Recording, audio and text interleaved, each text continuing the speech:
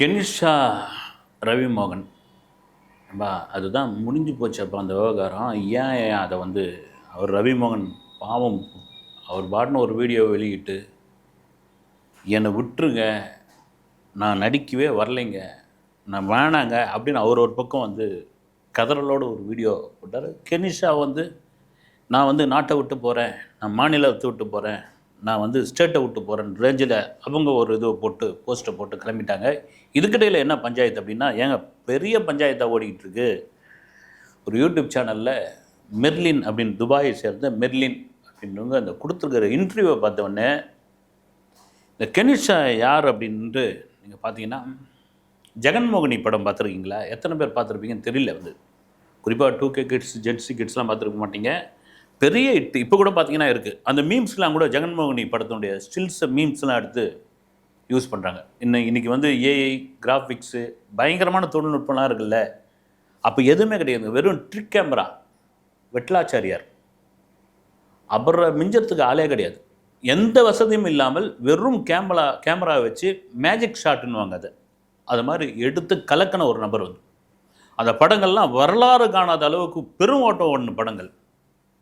அந்த படங்கள் மொழிமாற்று படங்களாக வந்தது தான். அதில் மிக முக்கியமான படம் ஜெகன்மோகினி. ஜெகன்மோகினி என்ன கதை ஒன்று சிம்பிளாக ஒன்லைனில் என்னென்னா, காலையில் பகலில் நல்லா தழைய சேலை கட்டி அழகாக நல்ல மல்லிகைப்பூ வச்சுக்கிட்டு லிப்டிக் போட்டுக்கிட்டு பிரமாதமான ஒரு பெண்ணாக இருக்கிற ஒரு லேடி சும்மா அப்படியே சாயங்காலத்துக்கு மேலே ஒரு 7 மணிக்கு மேலே ஜெகன்மோகினியாக மாறி காலை தூக்கி அடுப்பு உள்ள விட்டு கால் பாட்டுன்னு எரிஞ்சு அதில் வடை சுடுவாங்க. அந்த வடையில் என்ன இருக்குது தெரியுமா? பல்லி தவளை பிரிச்சோம்னா இதுதான். அப்படி தான் இப்போ கெனிஷாவை ஏறக்குறைய அந்த வார்த்தையை பயன்படுத்தலாமான்னு தெரியல. ஏன்னா அவங்க சொல்லியிருக்காங்க, அந்த மெர்லின் சொல்லியிருக்காங்க, ஒரு சூனியக்காரி மாதிரி நான் பார்க்குறேன், ஒரு பிளாக் மேஜிக் நாகரிகமாக சொல்கிறது பிளாக் மேஜிக் அப்படின்னு நம்ம ஊரில் சொல்லுவாங்க தெரியுமா? செய்வனன்வாங்க குறிப்பாக மருந்து வச்சுட்டாங்க அப்படின்வாங்க. இப்போ இந்த வடார்காடு பக்கம்லாம் பார்த்திங்கன்னா, என்னப்பா அப்படின்னா, அப்பா அவன் நல்லா இருந்தான்ப்பா, அவனுக்கு மருந்து வச்சுட்டாப்பா, அவன் பின்னாடியே சுற்றி கிடக்கிறான் அவன். இல்லைன்னா என்ன சொல்லுவாங்கன்னா, ஒரு எண்ணெய் விற்குதுங்க, ஒரு மாந்திரிக எண்ணெய் செஞ்சு தருவாங்க. அதை என்ன பண்ணுறது, அப்படியே படுத்திருந்து ஒருத்தன் தலையிலையோ அல்லது ஆணோ பெண்ணோ அவங்க உச்சந்தலையில் அப்படியே அவங்களுக்கு தெரியாமல் அதை தேய்ச்சி விட்டா அவங்க அப்படியே அவங்களுக்கு அடிமையாக மாறிடுவாங்க அப்படி. இதில் எந்த அளவுக்கு உண்மை கிடையாது. அது ஒரு நம்பிக்கை தான். செய்வினை, பில்லி, சூனியம், ஏவல், வவ்வால் இதெல்லாம். இப்போ அந்த மெர்லின் என்ன சொல்கிறாங்க, துபாயில் ஒரு 5 ஸ்டார் ஹோட்டலில் நான் கெனிஷாவையும் ரவிமோகனையும் வரவேற்பதற்காக வாசலில் நின்றுக்கிட்டு இருக்க, இறங்கின அவங்க முகமெல்லாம் மாறி ஒரு மாதிரி ஒரு அப்படி என்ன சொல்கிறது, கடுன்ற மாதிரி ஆகி ஒரு கோமாக கொந்தளிச்சு இந்த விரல் இருக்குங்களா, ஆள்காட்டி விரல், இதை நெத்தி போட்டில் வச்சு, ஆக்சுவலாக இதை யார் பண்ணுவாங்க அப்படின்னா, இந்த ஹிப்னாட்டிசம் பண்ணுறவங்க பண்ணுவாங்க. பொதுவாக பிளாக் மேஜிக் பண்ணுறவங்க கூட இதை பண்ணுவாங்கன்னு சொல்லுவாங்க. ஒருத்தரை தன் வசையப்படுத்தணும், இல்லைன்னா அவங்கள ஒரு நிலையிலேருந்து மாற்றணும் அப்படின்னா இந்த இடத்துல வச்சு அழுத்துவாங்க அப்படின்னு.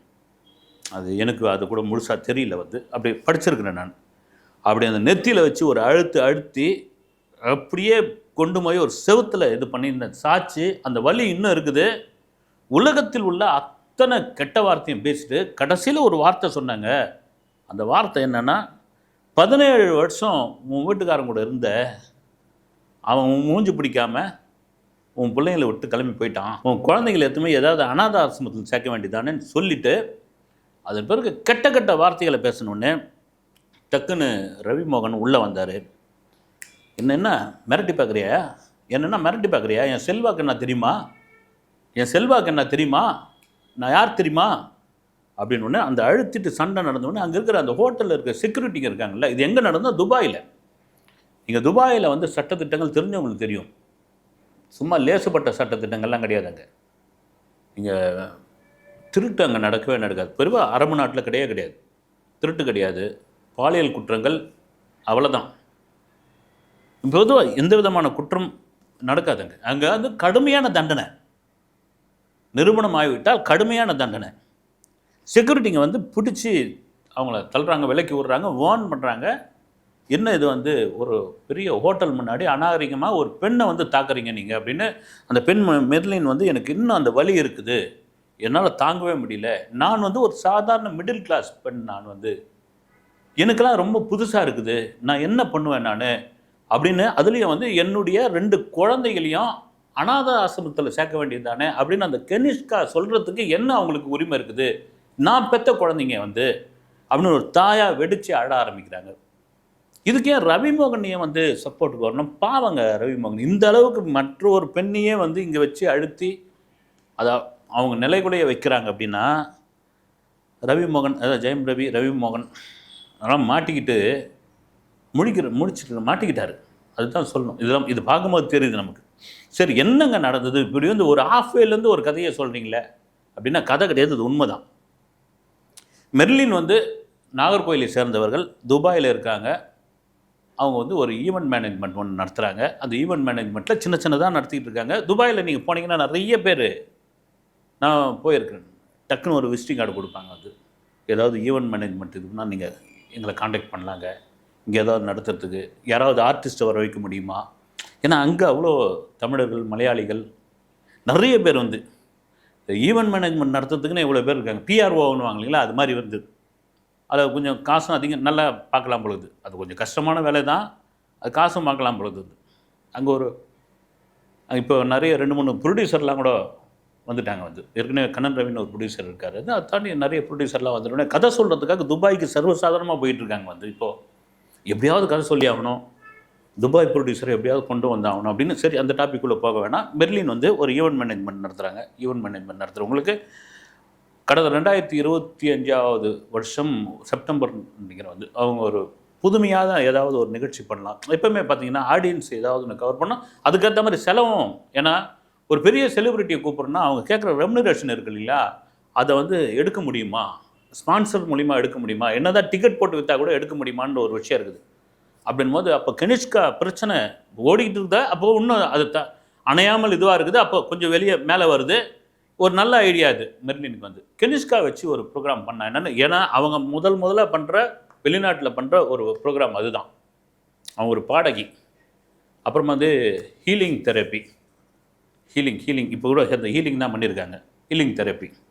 அப்படி பண்ணால் என்னான்ட்டு அவங்க யாரோ அவங்க மேனேஜர் மூலிமா பேசுகிறாங்க. பேசி முடித்த உடனே ரைட்டுங்க 9 லட்ச ரூபா அப்படின்னு ஒரு சம்பளம் பேசுகிறாங்க. வர்றாங்க, வந்து பாடுவாங்க, 9 லட்ச ரூபா கொடுத்துருங்க அப்படின்னா முதல் அட்வான்ஸாக ஒரு 4 லட்ச ரூபா அனுப்பிச்சி வைக்கிறாங்க. இதுக்கிடையில் பார்த்தீங்கன்னா நீங்கள் கெனிஷ்கா செப்டம்பர் மாதம் நடக்குதுன்னா ஆகஸ்ட் மாதம் அவங்க டூரிஸ்ட் விசாவில் துபாயில் இருக்காங்க, நீங்கள் மீட் பண்ணுங்கள் அப்படின்னு இந்த மெர்லின் கிட்ட, நாகர்கோயிலை சேர்ந்த மெர்லின் கிட்ட சொல்கிறாங்க. அவங்க துபாயில் போயிட்டு செட்டில் ஆகிட்டாங்க. துபாயில் போய் செட்டில் ஆகி அவங்க கணவர் குழந்தைகளுடன் 17 வருஷம் அங்கே இருக்காங்க. வந்து அப்படி போய் மீட் பண்ணுறாங்க. மீட் பண்ணும்பொழுது டக்குன்னு என்ன பண்ணுறாங்க, இந்த கெனிஷ்கா அந்த மெர்லின் கிட்ட, உங்கள் கணவரை நீங்கள் பிரிஞ்சிருப்பீங்களே, உங்கள் கணவருடைய பேர் இதுதானே, உங்கள் கணவர் வந்து இந்த நிறத்தோடு இருப்பார், அதோடு விட்டால் பரவாயில்ல, குழந்தைங்க பேர் சரி இதெல்லாம் கூட எங்கேயோ ரேஷன் கார்டில் பார்த்து கண்டுபிடிச்சிருப்பாங்க, துபாய் ரேஷன் கார்டில் அப்படின்னு கூட நம்ம நினச்சிக்கலாம். இல்லது யாராவது ஒருத்தர் சொல்லியிருப்பாங்க, இல்லது ஏதாவது போய் கூகுளில் போய் கூட சர்ச் பண்ணியிருக்கலாம் அப்படின்னு. ஆனால் உங்கள் பிரிவுக்கு காரணமாக, உங்கள் கணவனும் மனைவியும் பிரிவுக்கு காரணமாக இருந்த இவங்கெல்லாம் யார் யார் தெரியுமான்னு சில பேரோட பேரை சொன்ன உடனே நமக்கே கூட ஜர்க்குன்னு இருக்கு இல்லைங்களா.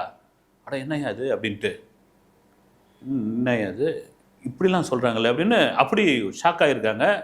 ஷாக்கான பிறகு இல்லை இதெல்லாம் நான் வந்து இந்த ஹீலிங் மூலிமா நான் கண்டுபிடிச்சேன், நான் அதெல்லாம் ஒன்றும் இல்லை, உங்களை அதெல்லாம் சேர்த்துடலாம், ஒரு பிரச்சனையும் இல்லை அப்படின்பொழுது, மனிதனுடைய பலவீனமே அதுதானே. அவன் பலவீனப்பட்டு இருக்கும் பொழுது அவனுக்கு ஏதாவது ஆறுதல் கிடைக்காதா, அவனுக்கு ஒரு நம்பிக்கை கிடைக்காதா? அது சார்ந்தவர்கள், தன்னை துரோகம் பண்ணவர்கள், தன்னை ஏமாற்றியவர்கள், தனக்கு எதிரியாக மாறியவர்கள் அவங்களுடைய பேரை வந்து சொல்கிறாங்க. நம்ம மனசுக்குள்ளே இருக்குது, அது சொந்தக்காரனு கூட தெரியாது. இவங்க வந்து எப்படியா சொல்கிறாங்கன்னு போது பயங்கரமான நம்பிக்கை வரல. ஏதோ ஒரு விஷயம் இருக்குதுப்பா இவங்ககிட்ட, நமக்கு ஒரு தீர்வு கிடைக்கும் அப்படின்ற மாதிரி மெர்லின் கொஞ்சம் இதுவாக வராங்க. ஆனால் அந்த ப்ரோக்ராம், அந்த ஈவெண்ட் மேனேஜ்மெண்ட், அந்த ஈவெண்ட் நடத்தத்தில் ரொம்ப பரபரப்பாக இருக்கிறாங்க. அடுத்த நாள் போய் கெனிஷாவை பார்க்குறாங்க. அவங்க கொடுத்த பேட்டி தான் சேனலில். பார்க்கும்போது அவங்க உதடு ஏதோ வெடித்து ரத்தமாக வந்துக்கிட்டு இருக்கான். இவங்க மெர்லின் சொன்னதவர் என்னன்னு கேட்டதுக்கு, இதுமாரி இந்த நம்ம ஊரில் குறி சொல்கிறதுன்னு வாங்க இல்லைங்களா, அப்படி கூட வச்சுக்கலாம். இது மாதிரி நான் உங்களுக்கு குறி சொன்னேன் இல்லைங்களா, அந்த குறி சொன்னதுக்கு வந்து துட்டு வாங்காமல் குறி சொல்லிட்டா இது மாதிரி பனிஷ்மெண்ட் கிடைக்கும், உதட்டுலேருந்து ரத்தமாக வரும் அப்படின்னு. ஐயோ என்ன பேமெண்ட்டுங்க அப்படின்னு அதுதானே வந்து எல்லோரும் கேட்பாங்க இல்லையா, என்னங்க பேமெண்ட்டு அப்படின்னு. நீங்கள் நான் தவறாக சொல்ல, சில சில பேர் இந்த பீச் ஓரம் அந்த மாதிரி இருக்கிறவங்க, இந்த சோழி போட்டு பார்க்குறவங்க, இதெல்லாம் வந்து உட்காந்துட்டு இருப்பாங்க அந்த பார்க்கான்லாம். அவங்க வந்து ஒரு ஒரு மனிதனுடைய ஒரு ஃபார்மட்டான ஒரு விஷயங்கள்லாம் வச்சுருப்பாங்க. வந்து உங்களுக்கு நண்பர்களாக பெரிய துரோகம் ஏற்பட்டிருக்கும், நீங்கள் வந்து வீடு மாறிக்கிட்டே இருப்பீங்க, உங்களை சொந்தக்காரர் எவனுமே மதிக்க மாட்டான், சமீபமாக அவங்களுக்கு வந்து ஒரு பெரிய நோய் உங்களை தாக்கியிருக்கும். இது வந்து ஒரு காமனான இது, இதில் ஏதாவது ஒன்று கிளிக் ஆகிடும், அதை பிடிச்சிக்கின்னு ஆமாங்க அப்படின்ட்டு அந்த முகத்தை பார்த்து இது பண்ணிவிடுவாங்க. அதேமாதிரி உங்களுக்கு வந்து ஓசியில் நான் குறி சொன்னதுனால என் உதடு வெடிச்சு போச்சு, ரத்தமாக வருது அப்படின்னு. சரி எவ்வளோங்க அதுக்கு பேமெண்ட்டு? 3 செஷன் நீங்கள் வந்து அது உட்காரணும், உங்களை நான் வந்து உங்கள் கணவர் கூட சேர்த்து வச்சுறேன், ஒரு செஷனுக்கு 1,00,000 ரூபா. அதாவது என்னென்னா, மெர்லின் வந்து ஒரு மிடில் கிளாஸ் பெண் என்பதால் 1,00,000 ரூபா. அதே கனிஷ்கா ஒரு ஆஃபர் ஒன்று கொடுக்குறாங்க.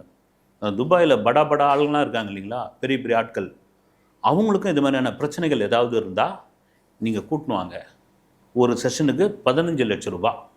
பாருங்கள், 15 லட்சம், உங்களுக்கு 20% கமிஷன். என்ன இது பாருங்கள். ஒரு படம், அந்த படம் எதுன்னு தெரியல, வந்து உள்ளே வந்து இந்த எஸ்பி சேகரே யாரோ ஒருத்தர் வந்து ஒரு போலி சாமியார் மாதிரி குறி சொல்ல ஒருத்தர் வெளியே வந்து உட்காந்துட்டு இருப்பாங்க எல்லாம் வரிசையாக. டிஃபால்ட்டாக ஒரு ஆட்கள் வந்து அவங்கள குறி பார்க்குற மாதிரி வந்து உட்காருவாங்க. எந்த ஊர்லேருந்து வரீங்க அப்படின்வாங்க. நாங்கள் வேலூர்லேருந்து வரேங்க அப்படின்னு. என்ன பிரச்சனைங்க? இது மாதிரிங்க, என் பொண்ணுக்கு வந்து பேய் பிடிச்சிச்சின்னு நினைக்கிறேன், ராத்திரி ஆனால் ஒரே ஆட்டம் அமங்கலம் பண்ணி கிடக்கிறா, பகலானால் கம்முன்னு இருக்கிறா அப்படின்னு. அப்படியா அப்படின்ட்டு இவங்க அப்படியே எழுந்து போகிற மாதிரி போயிட்டு தகவலை சொல்லிவிடுவாங்க அந்த குறி சொல்கிறவர்கிட்ட போய். இது மாதிரி 3வது வரிசையில் 4வது ஆள் வேலூர்லேருந்து வந்துக்கிறாங்க, இந்த இது அந்த பொண்ணு வந்து ராணிப்பேட்டை, இது வந்து ஆற்காடு, இப்படிலாம் ஒரு விஷயத்தை சொன்னோன்னே அவள் வந்து வாங்க, ராணிப்பேட்டிலேருந்து வந்துக்கிறது யார், ஆற்காடு நபர் யார் இப்படின்னு சொல்லி அவங்கள வந்து ஒரு இன்ப அதிர்ச்சிக்காக்கி நம்பிக்கை கொண்டு வர்றது. அது மாதிரி அந்த பிடிச்சி விட்ற ஆள் இருக்காங்க இல்லைங்களா, அந்த படத்தில் அவர் கமிஷனு, அதை தான் வந்து கனிஷ்கா சொல்லியிருக்காங்க, நீங்கள் பிடிச்சி விட்டிங்கன்னா உங்களுக்கு வந்து கமிஷன் அப்படின்னு. இதெல்லாம் ரைட்டு, ஓகே, இதெல்லாம் போயிட்டு இருந்தது, எல்லாத்தும் ஆச்சு. 9 லட்ச ரூபா பேசி 4 லட்ச ரூபா கொடுத்தாச்சு. இப்போ ஜெயம் ரவி ஏன் கோவப்பட்டாருன்னு ஒரு விஷயம் இருக்குல்ல, இன்னும் மிரட்டுறியா, இன்னும் எதுவும் தெரியுமா, என்ன நீ வந்து இது பண்ணுறியா, உன் அதிகாரத்தை பயன்படுத்தி என்ன வர வச்சிட்டியா அப்படின்னு கேட்குறாரு. என்ன ஆகிப்போச்சுன்னா, திடீர்னு இந்த இந்த விழாவுக்கு, துபாயில் நடக்கிற இந்த விழாவுக்கு கனிஷா வரமாட்டேன் அப்படின்றாங்க. இவங்களுக்கு ஒரு பெரிய ஷாக் ஆகிடுது. மெர்லினுக்கு வந்து அவன் வந்து கன்னியாகுமரி ஆள், நாகர்கோயில் தான். அவங்க கன்னியாகுமரி நாகர்கோயில்காரங்க கொஞ்சம் பயங்கர உஷாராக இருப்பாங்க. நான் இதை சொல்ல, பயங்கர உஷாராக இருப்பாங்க. அவங்க வந்து அவங்க ரொம்ப பொறுமையாகவும் இருப்பாங்க. பாருங்கள், அந்த பொறுமை எப்படின்னா, வெயிட் பண்ணி நீங்கள் வாங்க, உங்களுக்கு சந்தர்ப்பம் நம்ம உணர்ச்சி வசப்பட்டுருவாங்க, மற்ற இதில் இருப்பாங்க, பொங்கிடுவாங்க. இப்போ வடார்காடு பகுதியில் வட மாவட்டத்தில் கோபமாகிடுவாங்க. என்ன நீ வந்து அப்படின்ட்டு பேச்சில் வந்து என்ன வந்து கரடுமுரடாக பேசுகிறாங்க அப்படின்ற மாதிரி இதுவாகிடும். ஒவ்வொருவருக்கும் ஒவ்வொரு குணாதிசயம் உண்டு. ஆனால் அவங்க மெர்லின் கொஞ்சம் சாந்தமாகவே பேசியிருக்காங்க. என்ன பிரச்சனைங்க, எதுக்கு இல்லை நல்லா வர முடியாதுங்கன்னொன்னே ரொம்ப டென்ஷன் ஆகலை. ஓகே, அந்த 4 லட்ச ரூபா திருப்பி கொடுத்துட்றேன் நிற்கிறாங்க. அப்புறம் இப்போ கொடுப்பேன் அப்போ கொடுப்பேன்னு ஒரு இது ஆகிருக்குது. அந்த சமயத்தில் தான் ரவி மோகன் வந்து பேசியிருக்கார் மெர்லின்கிட்ட. இல்லைங்க, நான் அவங்கள எப்படியாவது கூட்டின்னு வரேன், நீங்கள் அதெல்லாம் கவலைப்படாதீங்க, நான் கூட்டின்னு வரேன், நிகழ்ச்சி நீங்கள் நடத்துங்க அப்படின்னு. இதில் ரொம்ப முக்கியமான ஒரு விஷயம் என்னென்னா, கனிஷ்காவுக்கு வந்து எமிரேட்ஸ் ஃப்ளைட்ஸில் பிஸ்னஸ் கிளாஸு கூட 4 பேர் 5 பேர் வந்திருக்காங்க. அவங்களுக்கு எக்கனாமிக். இவங்க தங்க வச்ச ஹோட்டல் வந்து 5 ஸ்டார் ஹோட்டலு. ஒரு பென்ஸ் கார் லேட்டஸ்ட் மாடல் வந்து அவங்களுக்கு வந்து துபாயெல்லாம் சுற்றி பார்க்குறதுக்கு ஈவெண்ட்டுக்கு வர வேண்டும். அப்படி இவங்க கிளம்பி வந்திருக்காங்க. நிகழ்ச்சிக்கு ஓகே சொல்லிட்டாங்க. அந்த நிகழ்ச்சி என்னென்னா, கேன்சல் ஆனதுனால சில டிக்கெட்ஸ்லாம் ரிட்டர்ன் பண்ணியிருக்காங்க. ஏதோ கொஞ்சம் குளறுபடி ஆகிருக்குது. ஒரு நிகழ்ச்சி நடத்துறது பெரிய கஷ்டங்க. இதெல்லாம் ஒரு பெரிய பொறுமை வேணும். அவ்வளோ சீக்கிரம் இந்த ஸ்பான்சர்ஸ் பிடிச்சிட்டு அந்த ஸ்பான்சர்கிட்ட இருந்து காசு வாங்குறதெல்லாம் பெரிய கஷ்டம். சரி, வந்தாச்சு. வந்து இறங்கின உடனே தான் யார், ஜெயம் ரவி சமாதானம் பண்ணி கனிஷாவை கூட்டின்னு வராரு பொழுது. அந்த இறங்கின உடனே தான் இவங்க மெர்லின் ரொம்ப சந்தோஷமாக இருக்கிறாங்க. ஒரு நிகழ்ச்சி, அதுவும் கனிஷா முதல்ல வெளிநாட்டில் கலந்துக்கிற ஒரு நிகழ்ச்சி. அப்படி என்ன பாட்டு பாடியிருப்பாங்கன்னு தெரியல. அது அப்போ தான் இந்த கையை வச்சு இந்த நெத்தியில் வச்சு தள்ளு இருக்குது இல்லைங்களா, இந்த தள்ளில் தான் நிலை குறைந்து போய்விட்டார்கள். சரி, அது பிறகு நிகழ்ச்சி நடந்தது அப்படின்னா, அவமானப்படுத்தி, அவன் சொல்கிற இதுதான், கண்ணாமண்ணான்னு அவமானப்படுத்தி, ஒரு மாதிரி ஒரு வசிய சக்தி உள்ள ஒரு பெண். அந்த பெண்ணு வந்து ஒரு வசியம் பண்ணுறாங்க, ஏதோ ஒன்று பண்ணுறாங்க. அது வந்து ரொம்ப ஒரு மாதிரி இரிட்டேட்டிங்காக இருக்குது. எனக்கு ரொம்ப கவலையாக இருந்தது. இதெல்லாம் முடிஞ்சு இந்த நிகழ்ச்சி நல்லபடியாக நடக்குமா, மேடையில் போய் ஏதாவது பண்ணிட்டு போகிறாங்க, எனக்கு ஒரு பயம் இருந்ததுங்க. ஏன்னா இந்த நிகழ்ச்சி நடந்து போயிட்டா அவ்வளோ லாஸ் எனக்கு. ஃபேமிலி பர்சனல் ப்ராப்ளம் எனக்கு வேறு. நான் கணவரை விட்டு பிரிஞ்சிருக்கிறேன், என் குழந்தைங்க தனியாக இருக்கிறாங்க, நான் இந்த பக்கம் இருக்கிறேன். பத்தாத குறைக்கு வந்து உன் வாய் நாற்று அடிக்குது, அதனால தான் உன் வீட்டுக்காரன் பிரிஞ்சு போயிட்டான் அப்படின்னு கனிஷ்கா திட்டிருக்காங்க. ஏங்க இவங்க வாய் நாற்று அடிச்சது அவங்களுக்கு எப்படி தெரியும் தெரியல வரல, அதனால தான் பிரிஞ்சு போயிட்டான். இந்த மாதிரியான மன உளைச்சல் ஒரு பக்கம் இருக்கும் பொழுது நம்ம நிகழ்ச்சி நல்லபடியாக நடத்திடுவோம் அப்படின்றதுக்காக அந்த நிகழ்ச்சி ஏற்பாடு பண்ணி மேடையில் போய் நல்ல விதமாக பேசிட்டாங்க. வந்து எனக்கு நன்றிலாம் சொன்னாங்க. அதன் பிறகு என்ன பண்ண அவமானம் இருக்குல்ல, அந்த அவமானம் தாங்க முடியாமல் நான் அந்த துபாய் போலீஸிடம் போய் நான் கம்ப்ளைண்ட் பண்ணிட்டேன். அவங்க வழக்கு பதிவு பண்ணிட்டாங்க, எடுத்துட்டாங்க. அவங்க நாட்டுக்குள்ளே போய் அவங்க நாட்டோடைய சட்டத்திட்டங்கள்லாம் நீங்கள் மதிக்காமல், அவங்க நாட்டை சேர்ந்தவர்களையே, அவங்க டூரிஸ்ட் விசாவில் இருக்காங்களோ, இது டெம்பரவரி விசாவில் இருக்காங்களோ, அவங்களுக்குள்ளே தான் 17 வருஷமாக இருக்கிறாங்க இல்லைங்களா. அப்போ அவங்க ஏற்கனவே அவங்க பிரஜை தானே. வந்து நீங்கள் பண்ணியிருக்கீங்கன்னா அது கேஸை எடுத்துட்டாங்க. எடுத்த உடனே கனிஷ்கா ஆடி போய் மன்னிப்பு கேட்டு கடைசியில் அசிங்கப்பட்டு, இதெல்லாம் மீறி அந்த மெர்லினுடைய பேட்டியில் என்ன சொல்கிறாங்கன்னா, இவங்ககிட்ட ஏதோ ஒரு மேஜிக் ஒன்று இருக்குது, அந்த மேஜிக் தான் ஆளை கவுக்குது, அந்த மேஜிக்கு நான் வந்து வளைஞ்சு கொடுக்கல, நான் வசியம் ஆகலை. இந்த செஷன் சொன்னாங்கல்ல, 3 செஷன், ஒரு செஷனுக்கு 1 லட்ச ரூபான்னு, அது ரொம்ப எதிர்பார்த்துருந்துக்கிறாங்க பொழுது. ஒரு 3 லட்ச ரூபா நம்ம இது மாதிரி வாங்கிடலாம், யாராவது ஒரு 4-5 தொழிலதிபர் கிடைப்பாங்க, ஒரு 15 லட்சம் 15 லட்சம் அடிச்சிடலான்னு. ஆனால் பாவங்க, நல்ல மனுஷன் ரவிமோகன், அவர் போய் மாட்டிக்கிட்டார். அந்த மாட்டிக்கினுடைய விளைவு தான் அவர் பாவம் பர்சனல் லைஃப்பில். அதாவது பேயை விட்டு பிசாசுக்கிட்ட போய் மாட்டின கதையா, பிசாசை விட்டு பேய், நான் பொதுவாக சொல்கிறேன் நான். அது மாதிரி ஏதோ ஒன்றுத்துக்கு பயந்து அங்கே போய் மாட்டி, அங்கே போய் இதுவாகி, இன்றைக்கி வந்து மீடியா முன்னாடி கதறி. ஆனால் ஒரு வழியாக நீங்கள் உள்ளூரில் என்ன வேணாலும் பண்ணலாம், தமிழ்நாட்டிலையோ இந்தியாவிலையோ, வெளிநாட்டில் அதுவும் அரபு நாட்டில் சட்டத்திட்டங்கள் உள்ள நாட்டில் போய் நீங்கள் வாழாட்டினீங்கன்னா என்ன தண்டனை உங்களுக்கு, தகுந்த தண்டனை. ஒரு மனவேதனையோட ஒரு பெண் வந்து, ஒரு சாதாரண மிடில் கிளாஸ் பெண்ணு மனவேதனையோட ஒரு நல்லபடியாக 9 லட்ச ரூபா வாங்கிட்டு அந்த நிகழ்ச்சியை நல்லபடியாக பண்ணி கொடுத்துருந்தா உங்களுக்கு ஏன் வந்து அவ்வளோ எவ்வளோ பெரிய திமிரு, என்ன காரணம்னு தெரியல வந்து. ரைட், அடுத்த வீடியோவில் சந்திக்கிறேன். நன்றி.